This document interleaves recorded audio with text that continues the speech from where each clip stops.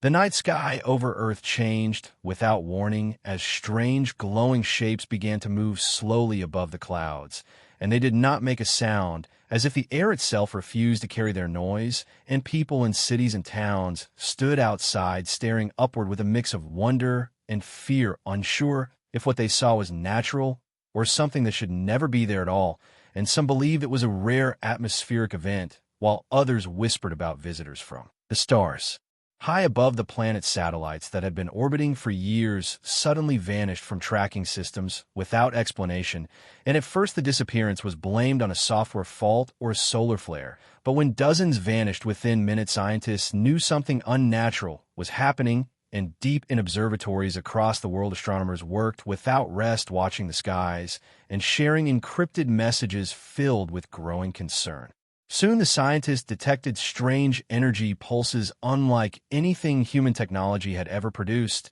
and the signals were strong and rhythmic, almost like a heartbeat that seemed to come from far beyond the atmosphere, and then grow closer with every passing hour. And this pattern did not match any known space phenomena, and the data spread in secret circles, because those who saw it feared that if the truth became public, panic would follow in every nation. Governments across the globe moved quickly to control the flow of information, and official news channels reported nothing unusual, while behind closed doors leaders debated what to do, and military commanders were ordered to stay on high alert without revealing the reason to their soldiers, and ships at sea were told to keep communication lines open at all times in case an emergency order was given. And yet, despite these efforts, the truth began to leak through the cracks. In crowded streets and quiet suburbs, civilians began to record the strange lights moving through the clouds, and the videos spread online faster than any government could suppress them.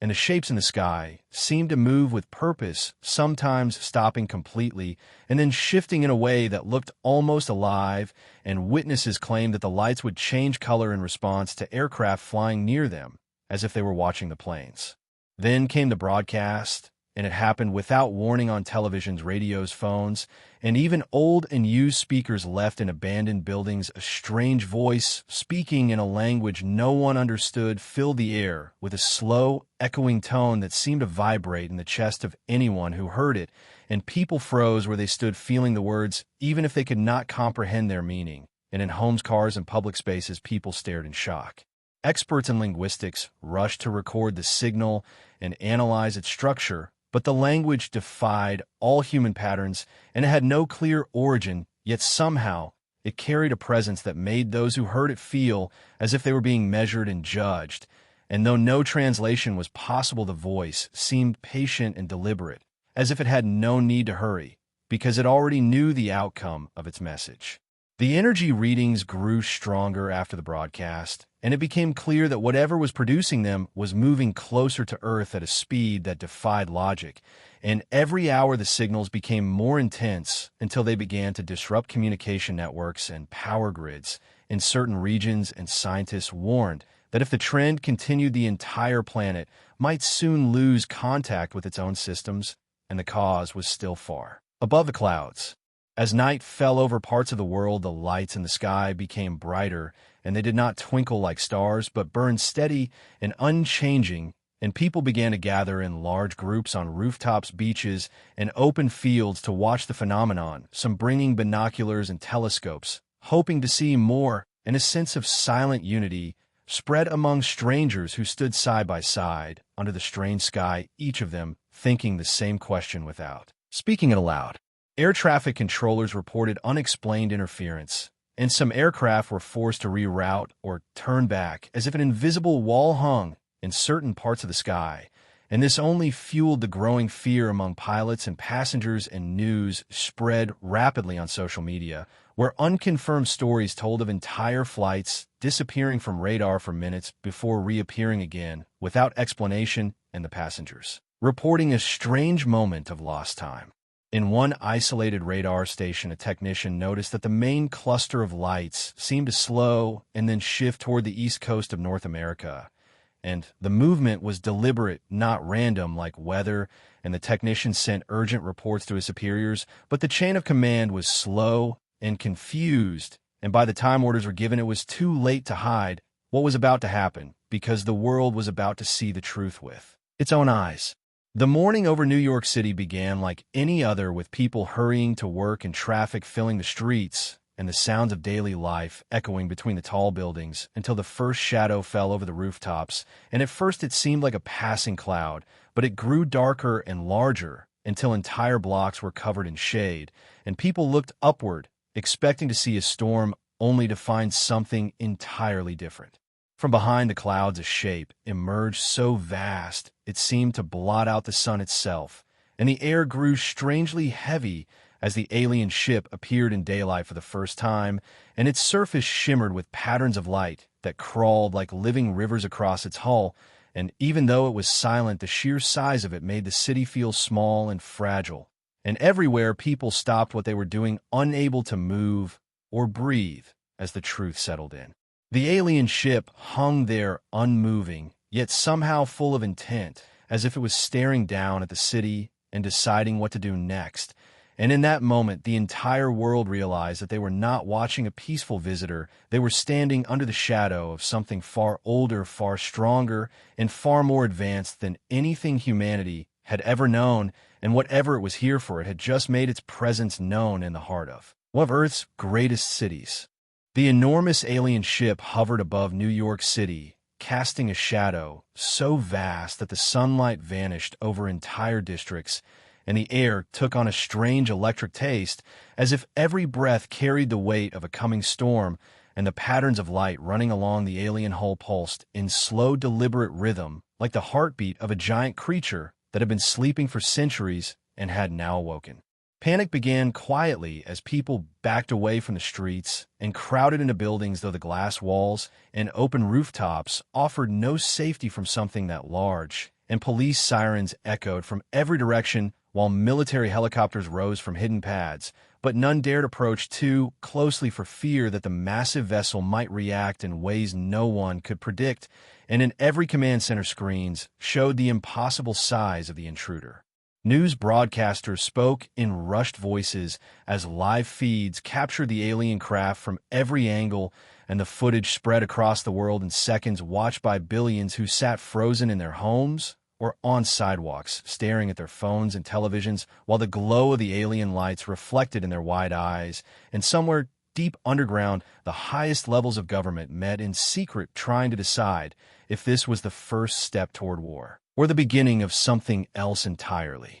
Then, without warning, the strange voice returned, this time not only through devices, but echoing directly in the air itself, as if the sky carried the sound, and the words were still impossible to understand, but their tone carried weight and authority, and every person who heard it felt the same chilling sensation in their chest, as if they had been personally addressed by an unseen presence that could see through their skin and bones to whatever lay beneath. In laboratories across the world, linguists and AI systems tried to process the sound, breaking it into fragments, searching for patterns that could be translated, and though no full meaning emerged, there were repetitions that suggested the aliens were identifying themselves or issuing a statement, and one researcher whispered that it felt less like communication and more like a declaration of ownership, as if the Earth had just been claimed, before its people could respond. The military prepared defensive measures, and jets streaked across the sky, leaving trails that curved around the alien vessel,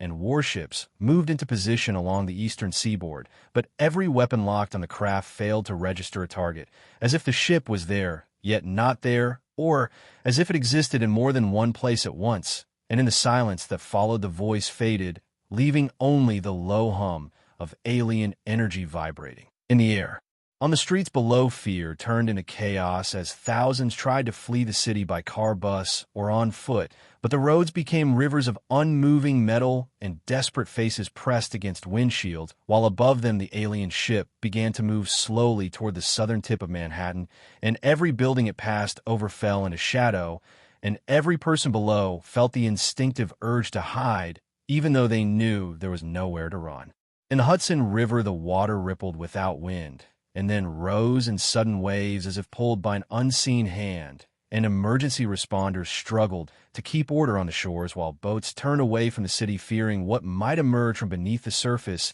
And in the confusion, some people reported seeing smaller shapes darting just under the water, glowing faintly like schools of alien fish or unmanned scouts sent ahead of something far greater. Back at the command center, a general slammed his fist against the table, demanding authorization to fire warning shots. But an advisor warned that any act of aggression might trigger a response humanity could not survive, and the room fell silent, as every person inside considered the possibility that they were already too late, and that the aliens had been watching Earth for far longer than anyone had guessed, waiting for the moment to act. In Times Square, giant screens that usually played advertisements now showed only emergency alerts and evacuation routes, but the power began to flicker as if drained by the energy field surrounding the alien craft, and soon the lights failed entirely, plunging one of the busiest places on Earth in a sudden darkness, broken only by the pale glow of the alien ship overhead.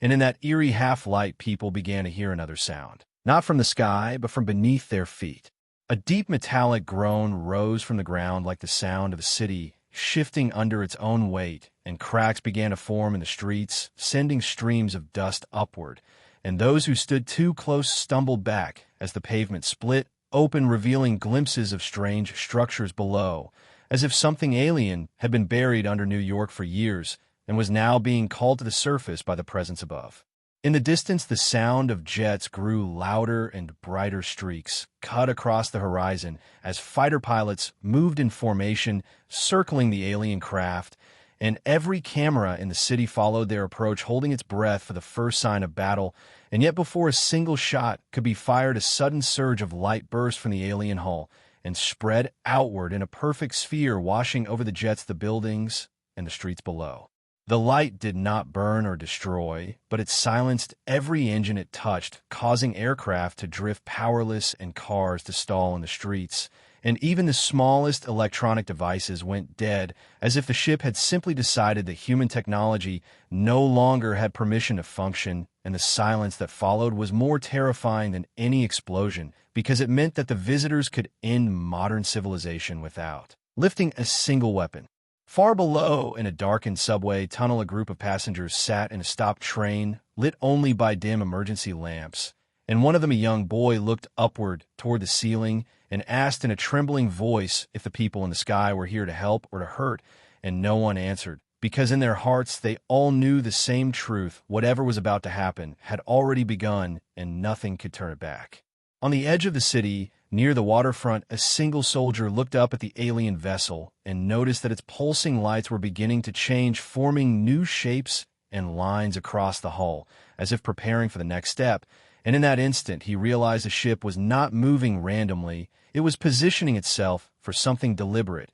and possibly final. And before he could call, and the sighting, the ground trembled again. Somewhere in the vast alien structure, a deep resonance began to build, a sound felt more than heard, and the clouds above swirled inward toward the center of the ship, as if the sky itself was being drawn into it, and every person within sight froze, knowing they were moments away from seeing what the visitors truly intended. In the final second before it happened, a single beam of light shot down, piercing the city streets with surgical precision. The beam of light struck the street with such precision that not a single stone outside its circle was touched, and within that circle everything changed as the ground began to lower slowly and silently, as if it were being swallowed by an invisible hand, and the people who stood nearby were pulled backward by soldiers shouting for them to move, while cameras tried to capture the sight, though many had already gone dead from the alien interference, and those that still worked caught only fragments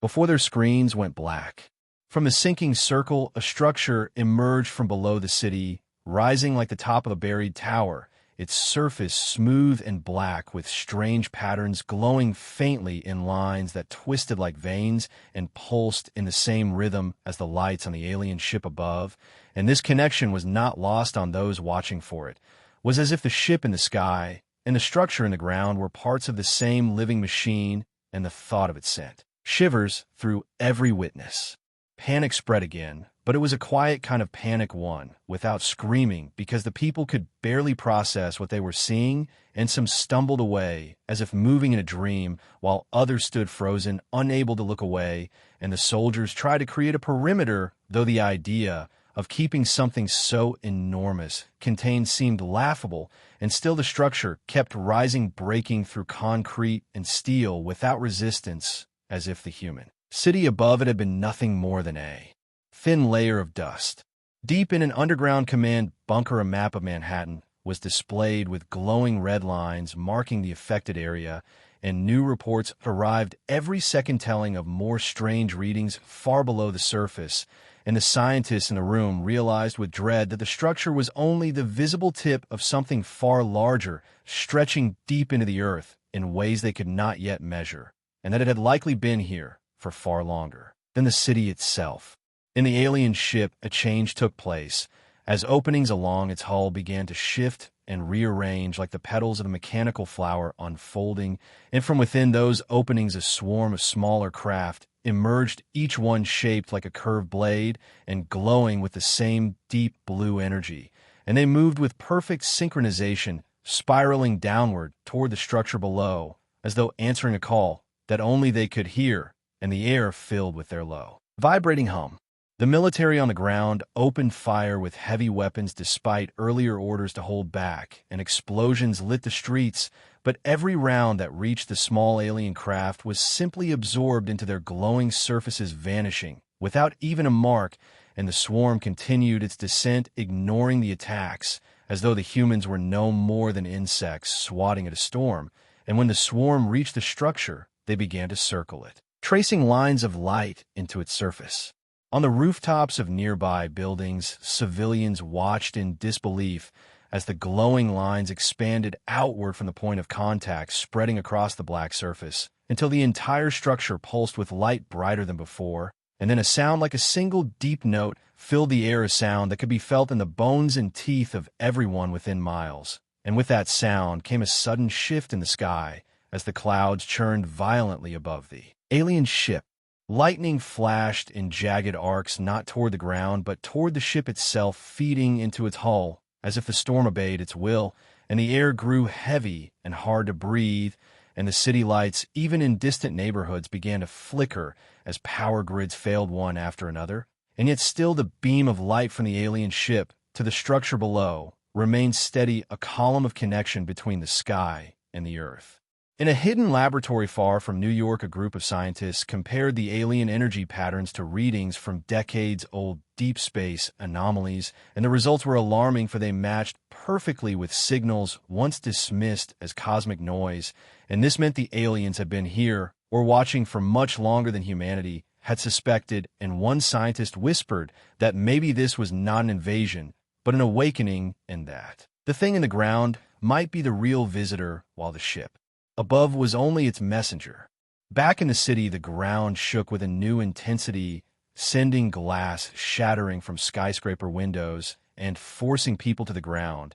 And in the midst of the tremors, a section of the structure opened, revealing a hollow space inside large enough to swallow entire buildings, and from that space an enormous shape began to rise, not mechanical, not organic, but something in between its surface, shifting and reforming, as if it could not decide what shape to take, and yet every movement radiated purpose. The soldiers who saw it first could not speak of what they were looking at, for their minds struggled to define it,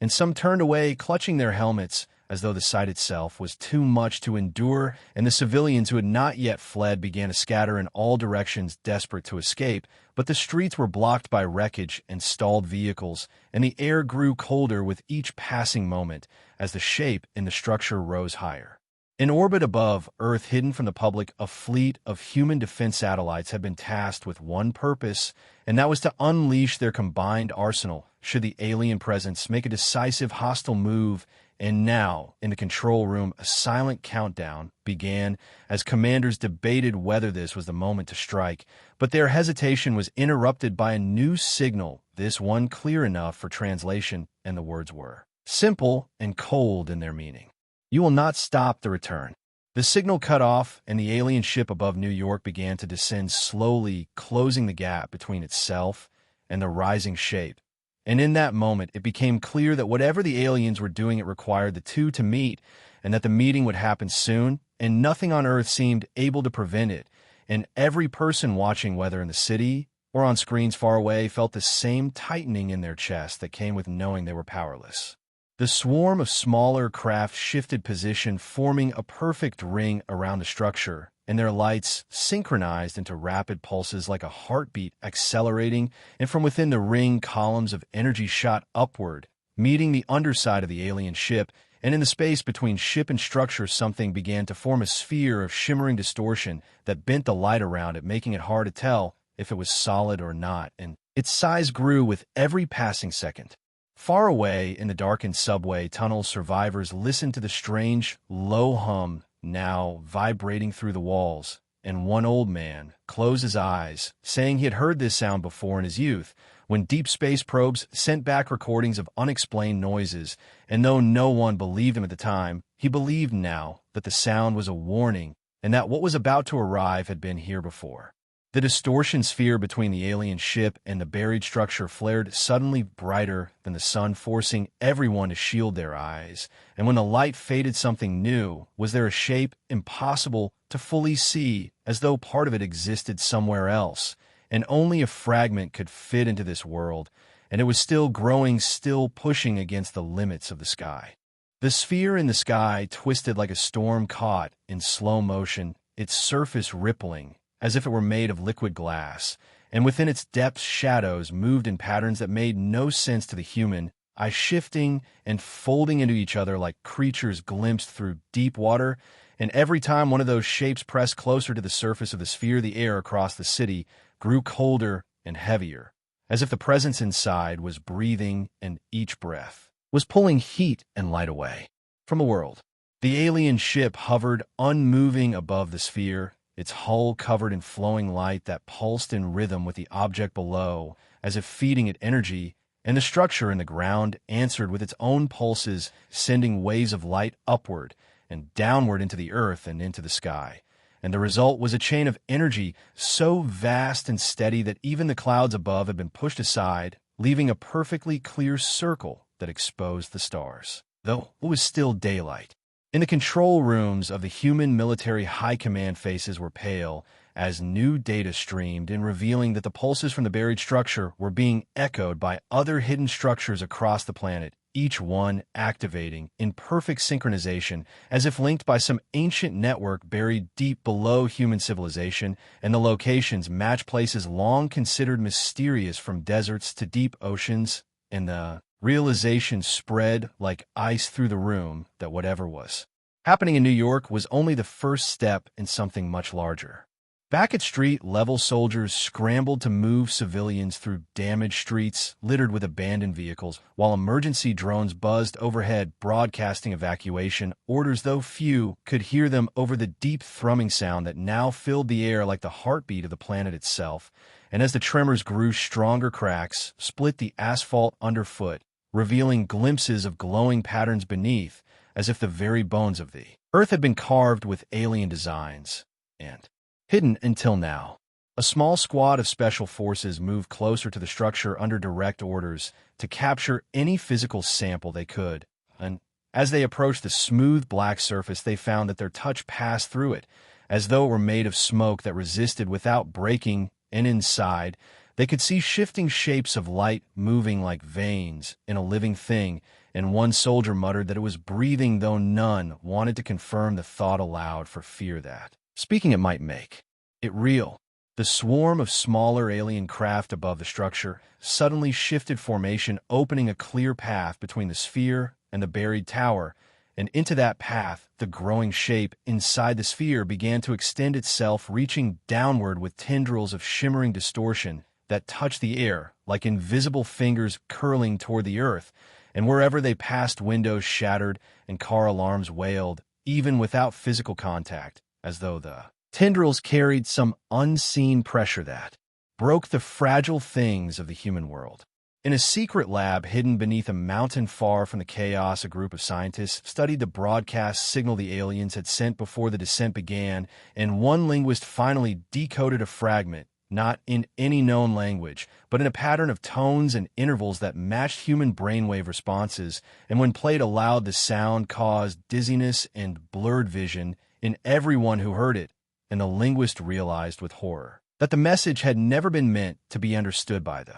conscious mind, but to reach something deeper, something instinctive. The message repeated again and again in the background of the alien energy transmissions, and its meaning, though never spoken in words, seemed to echo in the minds of all who heard it, a single cold idea that was impossible to shake: we are waking what is ours. In New York, the sphere opened along a jagged seam, spilling a cascade of liquid light into the air that fell not downward, but sideways, curling around the alien ship like a living ribbon, and wherever it touched, the whole of the ship seemed to grow more solid, more defined, as if it had only been half here before and was now fully arriving, and with each pulse of energy from the structure below, the ship's lights blazed brighter until the whole sky seemed lit from within. From a structure in the ground, a sound began that was neither a roar nor a hum, but something between a voice and a vibration so deep it rattled the teeth of every living thing nearby, and the ground shook harder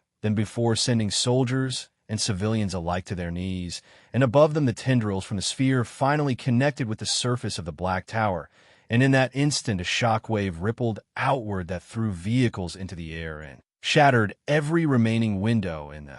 city. The power grids across the continent collapsed one after another, plunging vast areas into darkness, though the sky above New York was anything but dark, and in that unnatural light the humans could see more of the thing emerging from the sphere, a colossal shape with edges that refused to stay still, shifting like smoke, yet heavy and solid enough to cast a shadow over entire neighborhoods, and the shadow moved as if it had weight pressing down on the city with a force that made the air feel too thick to breathe. High above Earth, in the last functional defense satellite, a crew of operators prepared a final strike, a single weapon designed to pierce the hull of any ship known to human intelligence. Yet as they locked the targeting systems onto the alien vessel, every sensor reading failed to match anything solid, as if the ship were both there and not there, its true position sliding like a reflection on water, and no weapon could lock onto something that refused to remain fixed in space.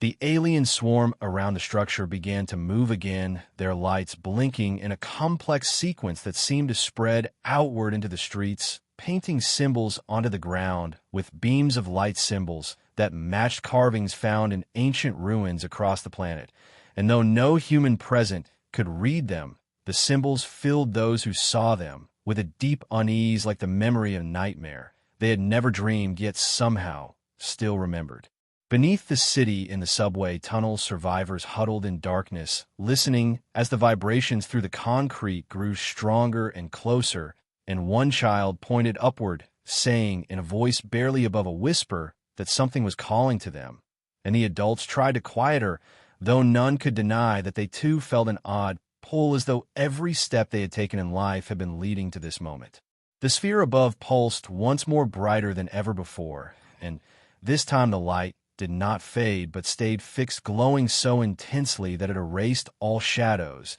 and in that perfect light, the colossal shape within became clear for just a heartbeat, revealing a form that was both alien and terrifyingly familiar, in ways no one could explain before the light dimmed again, hiding it from view. And then the voice came again in the same cold pattern, not through speakers, not through radios, but inside the mind of every living thing on Earth: we are almost here. The world seemed to pause, as if the air itself was holding its breath, waiting for something unseen to arrive. The colossal form inside the sphere moved again, but slower now, each shift of its mass creating ripples in the strange liquid light that wrapped the alien ship above New York, and every ripple carried a faint shimmer like the reflection of distant stars, as if the creature's body contained whole skies within it, and those who stared too long felt the pull of vertigo, as though they might fall into that endless dark and never return. Beneath the ground, the alien tower's glow spread through the cracks in the city streets, pushing deeper into the surrounding neighborhoods,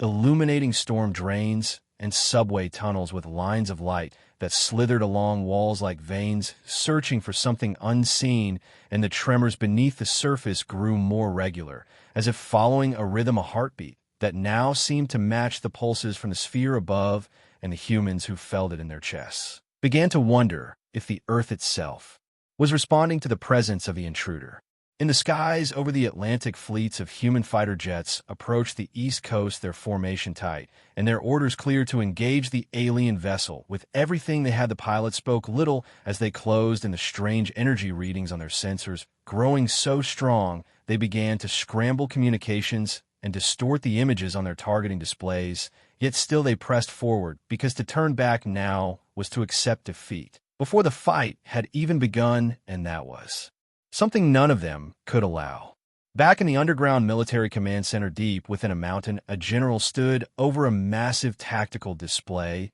watching in silence as dozens of red indicators marking the approaching jets blinked against the glowing outline of the alien ship. The communications officers worked frantically to keep contact with the squadrons, though static now cut through every word. And then, without warning, the alien vessel shifted its position in the sky, not by moving in a straight line, but by simply appearing in a slightly different place, as if space itself had folded around it. The sudden shift caused chaos among the incoming pilots as targeting locks vanished and reappeared at random, their weapons unable to track something that refused to obey the basic rules of movement. And before they could regroup, the swarm of smaller alien craft broke formation, surging outward in a coordinated wave, their lights flaring bright white before fading to a deep crimson. And in that moment, every jet in the lead squadron reported systems failures, engines flickering, weapons going offline. And then their comms cut out, entirely replaced by a low, unending tone that vibrated through their skulls. In the streets of New York, civilians who had ignored or been unable to follow the evacuation orders now found themselves trapped between collapsing buildings and strange beams of light projected from the alien swarm. These beams were not weapons, not at first. Instead, they scanned everything they touched, passing through walls and people alike, leaving behind a faint mark like frost on glass. And wherever the beams moved, the marked areas began to hum softly, as if resonating with the alien energy in the air, and some swore they could feel that hum inside their own bones. A lone scientist in the command center recognized the symbols forming within the marked zones, matching them to patterns seen in ancient ruins buried in deserts, oceans, and frozen tundras. And she realized with dread that the aliens were not mapping the city for attack. They were activating something already here long before humanity had learned to speak, and the activation sequence was spreading faster than any human force could hope to stop. From within the sphere, the massive form extended another tendril of shimmering distortion, reaching farther than before, and this time it touched not just the alien tower, but also the surrounding buildings. The instant contact was made, the structures groaned, as if under immense weight, glass, shattering steel, twisting. Yet instead of collapsing, they began to reshape, bending into new angles, forming strange arches and curves, as though being remade into part of a larger design that only the aliens understood. And this transformation moved outward like a tide, consuming block after block. In orbit, the last functional satellite recorded the event in high resolution, transmitting every frame to the ground before its systems too were overwhelmed by the alien interference. The footage revealed something no human on the surface could see from above. The changes to the city streets were forming a vast geometric pattern, one so large it could only be understood from the sky, and the pattern matched exactly the carvings found in ruins across multiple continents, as if Earth itself had always been a single enormous canvas for something now coming into view. On the streets, a group of soldiers attempted to break through to the base of the alien tower, carrying experimental charges designed to destabilize exotic materials, though none of them knew if it would even work against something that seemed more energy than matter. As they pushed forward through the dust and debris, one soldier glanced upward and froze, pointing at the sphere above, where for a split second the shifting shadows inside aligned into a shape almost human in outline, towering and watching before dissolving back into formlessness, and the sight sent a chill through them all. In the deep ocean miles from the chaos, a seismic station recorded a sudden surge of vibrations not from the direction of New York, but from a point in the mid-Atlantic where no land existed, and moments later similar readings appeared in the Pacific, the Indian Ocean, and beneath the polar ice caps, as if something buried deep beneath the planet's crust was responding in kind to the alien activation on the surface. And when scientists triangulated the readings, they realized with dawning horror that the signals were converging toward a single point at the planet's core. The alien voice came again, not over any speaker, but inside the minds of every living thing on the planet, the same cold rhythm as before, yet now layered with something heavier, a weight that pressed against thought itself. And the message was clearer than before, though still wordless. It carried an undeniable intent: we are not visitors, we are returning. Above New York, the alien ship flared with blinding light. As the sphere below,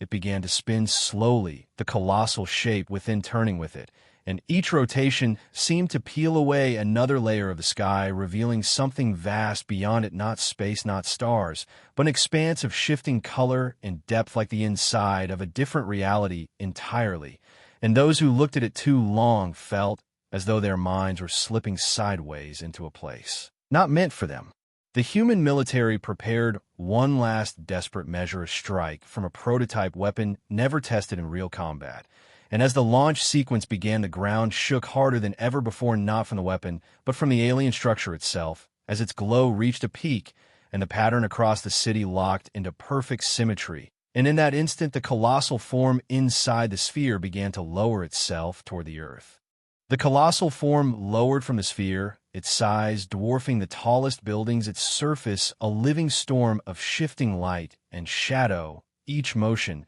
carrying a slow, deliberate weight that made the air tremble. The alien tower pulsed brighter, in rhythm, with its descent sending waves of heat across the city streets. The humans who had remained watched from shattered windows or from behind barricades, their fear mixing with a strange pull in their minds, as though the thing above was not just seen, but also felt deep inside. The human strike teams had been ordered to hold until the weapon was ready, but the approach of the being forced them to move faster. They raced through streets, now warped by the alien pattern, their boots hitting stone that no longer felt like human construction, the geometry twisting in ways that bent perspective. One soldier swore that a corner he turned brought him back to the same intersection, even though he had not retraced his steps. Another noticed that the shadows of buildings pointed in directions opposite to the sunlight above, as though the city was turning in place. Above the rooftops, the swarm of smaller alien craft moved in precise arcs, each one tracing thin trails of light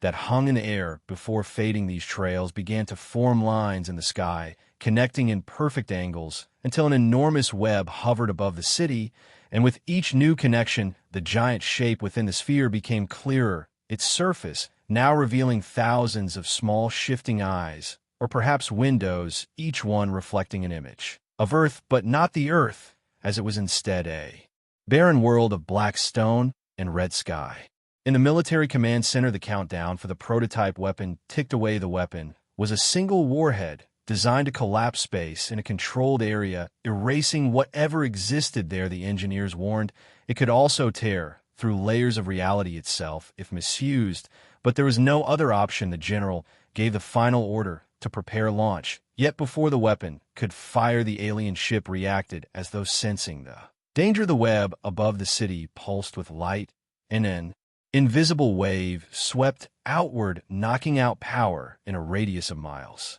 The soldiers on the ground felt the same wave pass through their bodies. It was not heat or cold, but something stranger, like the sensation of being submerged underwater without touching any liquid. The sound of their own heartbeats became muffled, their vision blurred at the edges, yet they kept moving toward the base of the tower, their mission clear, even if the odds were vanishing. From the ocean, the deep seismic signals grew stronger, and now faint rumbles were heard across continents, mountains groaning, rivers shifting, as though the planet itself was waking, something beneath the crust responding to the alien presence. Scientists across the world could only watch as their instruments recorded impossible readings, gravity fluctuating in small bursts, magnetic fields reversing for seconds at a time, animals fleeing inland or into the sky in chaotic flocks. At the base of the alien tower, the soldiers found an opening that had not been there before, a perfect arch of light leading into a vast interior chamber, the walls lined with flowing shapes like liquid metal streams of luminous symbols moving along the surface. As if alive the moment they stepped inside, the air changed. It became heavier each breath, slower, the hum of energy surrounding them no longer faint, but pressing directly against their thoughts. One soldier placed a hand against the wall and pulled it back with a cry, his palm marked with the same frost-like lines that the alien beams had left on the streets outside. The marks began to spread up his arm, glowing softly. The team medic tried to stop it, but the light sank beneath the skin, disappearing toward the soldier's chest, where it pulsed in time with the tower. The soldier remained standing, eyes wide, but silent, as if listening to something no one else could hear. In the sky, the colossal form descended further, and now its lower half was visible, a forest of tendrils, each one ending in a sharp crystalline point, some dragging through the air, leaving burning trails, others touching the tops of buildings and bending them into new shapes that matched the vast patterns spreading from the tower. The air grew hotter and thicker, as though the space between molecules was being pulled apart. The general in the command center shouted for manual override on the weapon, but the systems refused to respond. The alien interference had locked every control, and the engineers said the only way to fire now would be from the weapon's launch site itself, a suicide mission given the alien forces in the area. Still, a volunteer stepped forward, a young officer who had lost her family in the first attack. She took the coordinates and disappeared from a main feed, her voice steady as she confirmed she was moving toward the launch site. Inside the tower, the soldiers reached the center chamber, where a column of light rose from the floor to the ceiling. The light was so bright it should have blinded them, yet they could look directly at it. Within, its glow shapes moved too fast to follow, almost like fragments of memory, flickering in and out. Some of the soldiers swore they saw images from their own past moments they had never spoken of playing out in miniature within the column. One soldier reached toward the light, but before he could touch it, the entire tower shuddered. The colossal being's tendrils had reached the base of the tower, merging with its structure. The pulse of energy grew so strong that every marked building, street, and wall in the city lit up at once. The pattern complete, the giant shape in the sphere now fully revealed, a towering figure of impossible proportions, its body both solid and shifting. Its face, or what could be called a face, turned toward the city, and for a single breath, every human who could see it felt the same message in their minds: you are the last of them. At that moment, the volunteer at the launch site reached the weapon, climbing over wreckage and alien constructs the size of houses. She entered the control chamber and began the manual sequence, her voice calm as she reported each step. The alien craft noticed her too, laid a wave of light racing toward her position as the final key turned and the weapon armed. The countdown began at 10 seconds, her voice still steady even as the chamber shook. The soldiers inside the tower felt the shift in the air as the weapon's energy built outside. The colossal figure within the sphere raised its tendrils as though sensing the threat. The alien web above the city brightened to near blinding levels, and the sky itself seemed to ripple. The countdown reached 3. The volunteer took one last breath, and then the world turned white. The white light swallowed everything in an instant, erasing shapes, colors, and shadows, leaving only a weightless silence, as if sound itself had been pulled away. The soldiers inside the alien tower felt their bodies lift from the ground, yet they were not falling. Instead, they floated in an endless space, without walls, without sky, without time. The column of light in the center twisted and fractured, breaking apart into shards that drifted away like fragments of glass, each shard carrying an image that flickered between alien landscapes and human memories. Outside the city, the colossal figure in the sphere froze, its tendrils hanging motionless. The vast web of light above the skyline trembled, each line bending as if under strain. The sphere itself began to crack along glowing seams, releasing bursts of energy that rippled outward and shattered the alien constructs clinging to buildings. Yet with each crack, the ground below shook harder, deep thunder rolling from beneath the surface of the earth, as though something massive had been waiting for this exact moment to rise. The volunteer at the weapon site could feel none of it. She was gone, consumed in the first instant of detonation, her body replaced by the blinding wave that pushed through every street and sky lane, burning through alien machines and structures. The heatless fire, expanding faster than thought, the shockwave reached the ocean in seconds and plunged deep below the waves, where it struck something vast and sleeping. The sea bulged upward as a shape the size of mountains began to move. In the alien tower, the soldiers dropped back to the ground as gravity returned the chamber around them, crumbling into fragments of metal and stone that fell upward instead of down, vanishing into the air. One soldier shouted for an exit, but the walls were dissolving into streams of symbols pouring toward the hole where the column had been, each glowing mark racing to escape, as if the tower itself feared what was coming next. Through the widening gap in the wall, the soldiers saw the colossal figure lurch backward, the cracks across its form widening until whole sections of it split away, revealing something beneath, not machinery, but living tissue, dark and glistening, as though the giant's body had been a shell hiding a far more dangerous shape within. The sky boiled above it, clouds turning black and churning, while streaks of green and red lightning arced from horizon to horizon. The air pressed heavier with each passing second, as if the planet was holding its breath. The cracks in the sphere exploded outward in a final burst, revealing the true form of the being, its body long and angular with wings that folded and unfolded in impossible patterns, each motion bending the light around it. Its eyes, if they were eyes, burned with a color no human had ever seen, a color that seemed to sink into the mind, leaving thoughts slippery and hard to hold. The soldiers on the ground staggered, their weapons shaking in their hands, as the creature's gaze swept over them. From far beyond the city, a new sound rose, deep and resonant, like the call of some ancient creature awakening. The waves of the coastline surged inland, swallowing streets, as a shape unlike anything in human history rose from the ocean, its back covered in jagged towers of stone and crystal, each one glowing faintly in the same strange color as the eyes of the winged being in the sky. The water poured from its sides in roaring falls as it moved forward with the slow, relentless power of the tide. The scientists, who still had working instruments, shouted in disbelief. The readings showing the planet's core itself had shifted, the magnetic fields spiraling in chaotic patterns. They argued over whether the ocean creature was of Earth or not, some claiming it was a defense the planet had kept hidden for millennia, others certain it was another weapon sent by the aliens. Either way, it was moving straight toward the city. The winged being turned, as if sensing the approach of the ocean giant, its wings flaring wide, sending waves of force in all directions, shattering what remained of the alien web above the city. The humans in the streets ducked for cover as fragments of burning metal rained down, each piece vanishing into ash before hitting the ground. In the sudden lull, the soldiers realized the alien tower was almost gone. Only the floor beneath them remained in it. Too was beginning to dissolve into streams of light. One soldier shouted that they had to leave now. They ran through the disintegrating corridors, leaping gaps where the floor had already vanished. The air outside hit them like a wall thick with heat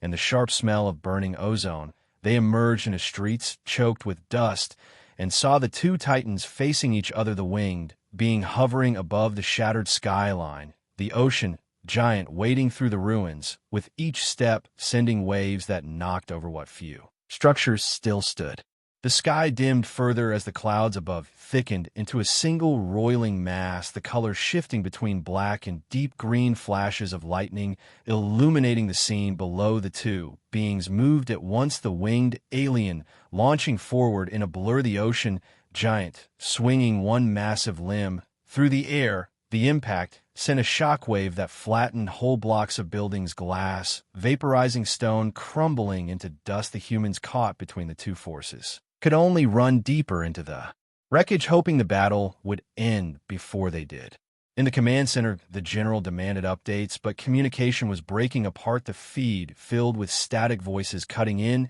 and out. One message came through clearly for a moment, stating that whatever the weapon had done had not destroyed the alien being, but it had changed it and perhaps weakened it enough for the ocean creature to fight it on equal terms. The general gave the only order that made sense: pull all forces back and let the Titans fight. The soldiers regrouped in the ruins, watching from behind walls of broken stone as the winged being's wings cut through the air, each strike tearing at reality itself, creating brief black voids that swallowed debris. The ocean giant answered with bursts of glowing water that hissed and steamed when they touched the alien skin, the smell of something ancient and bitter filling the air. Every clash between them sent waves of force that rattled the bones of those who watched. The humans did not know which side to hope for, but they knew one thing clearly: the battle was not for control of the city anymore. It was for the fate of the planet itself. The ground beneath them shook harder with each strike, cracks opening in the streets, revealing glimpses of molten light. Far below, the air was so charged that sparks leapt between metal surfaces unbidden.